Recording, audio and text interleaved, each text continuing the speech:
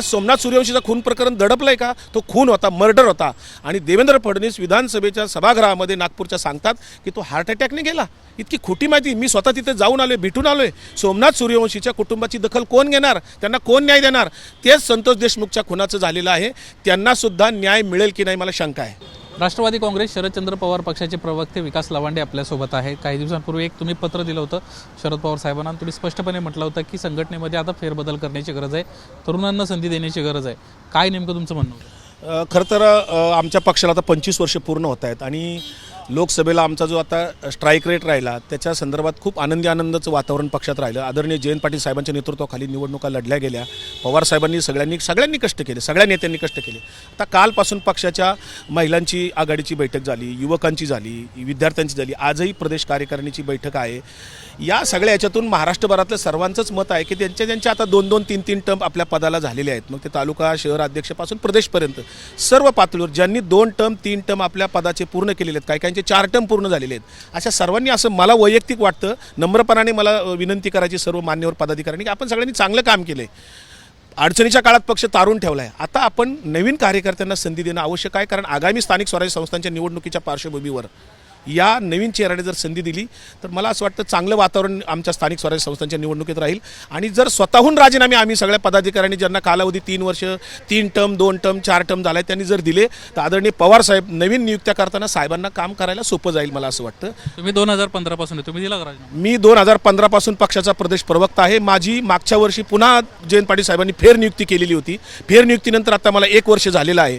कदाचित मला जर 3 वर्ष झालं तर मी पण राजीनामा द्यायला पाहिजे आणि देईल सुद्धा. मी आजही पुन्हा देईल की माझ्या स्वतःपासून सुरुवात करेल की आपण नेत्यांना मोकळीक दिली पाहिजे निर्णय घ्यायला. आदरणीय पवार साहेब आमच्या पक्षाचे सर्व आहेत, ब्रँड आहेत. जर आम्ही प्रदेशपासून खालपर्यंत सर्वांनी ज्यांना 3 टर्म 4 टर्म राजीनामे दिले तर साहेब नव्या नियुक्त्या करतील आणि नवीन चेहरे पुढे येणं आवश्यक झालेलं आहे.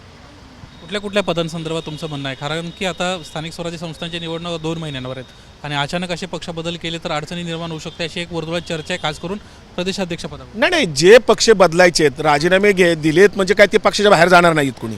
राजीनामे देऊन त्यांना अन्य महत्त्वाच्या जबाबदारी, आता समजा विद्यार्थीमध्ये एखाद्याने चांगलं काम केलं असेल तर त्याला युवकमध्ये जबाबदारी दिली आणि युवकमध्ये चांगलं काम केलं असेल त्याला फादर बॉडीत चांगलं काम केलं, फादर बॉडीत ज्यांनी चांगलं काम केलं त्याला राष्ट्रीय पातळीवर सुद्धा जबाबदारी दिली पाहिजे ना. आता आमचं राष्ट्रीय पातळीवर सुद्धा पक्ष संघटन वाढवलं पाहिजे. इतर राज्यातल्या शेजारच्या राज्यातल्या निवडणुका असतात, एका मंत्र्यांना एका राज्याचं मला असं वाटतं प्रभारीपद द्यायला हवं. ज्यांनी मंत्रीपदं घेतलेली आहेत अशा लोकांनी घ्यावं आणि पवार साहेबांना साथ देण्यासाठी ह्या फेरबदलाची गरज आहे. कारण स्थानिक स्वराज्य संस्थांच्या निवडणुका येत असताना आता नवीन चेहरे जर आले तर नवीन पिढीला पुढं काल पवार साहेबांनी सुतवाच केलेलं आहे तशा पद्धतीचं की झेडपी असेल, महानगरपालिका असेल, नगर परिषद असेल, नवीन चेहरे आपल्याला पुढं आणायचे ज्यांना काही राजकीय पार्श्वभूमी नाही असे चेहरे पुढं आणायचे आणि संघर्षाला आम्हाला पुढं जायचं आहे, संघर्ष करायचा आहे आम्हाला. आता संघर्ष करण्यासाठी फाटका माणूस जर आता पदाधिकारी असेल ज्याच्या मागं साखर कारखाना नाही, ईडी सीबीआयची ज्याला भीती नाही, असे जर आता पदाधिकारी असतील तर ते 2 हात करायला भाजपबरोबर तयार राहतील.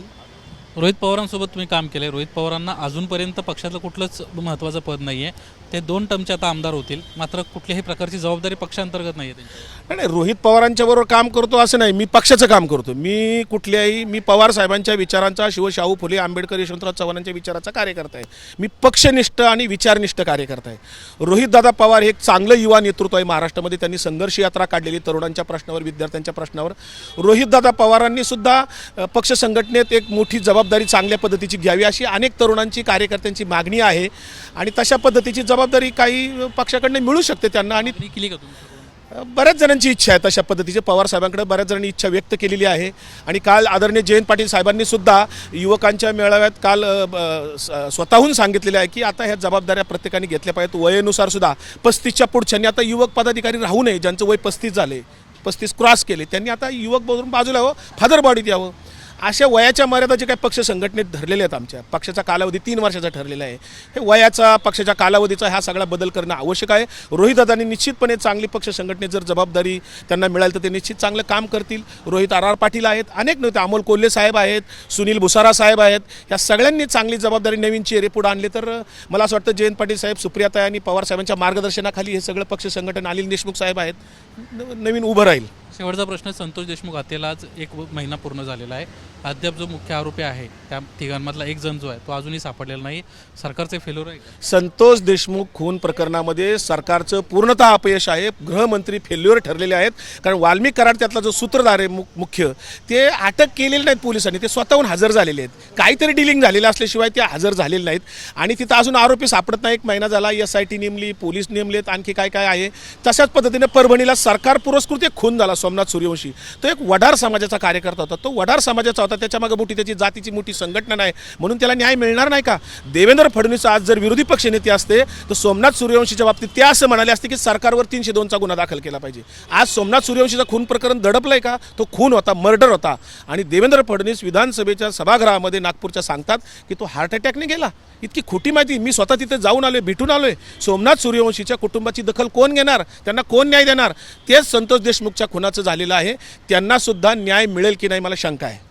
धन्यवाद आमच्याशी बातचीत केल्याबद्दल. एकंदरीतच सोमनाथ सूर्यवंशी प्रकरणामध्ये कुठेतरी सरकारवर 302चा गुन्हा दाखल केला गेला पाहिजे अशा पद्धतीची मागणी विकास लावांडे यांना केली आहे. कॅमेरामन मनोज जयस्वाल सह निलेश बुधावले, ABP माझा, मुंबई. ABP माझा, उघडा डोळे बघा नीट.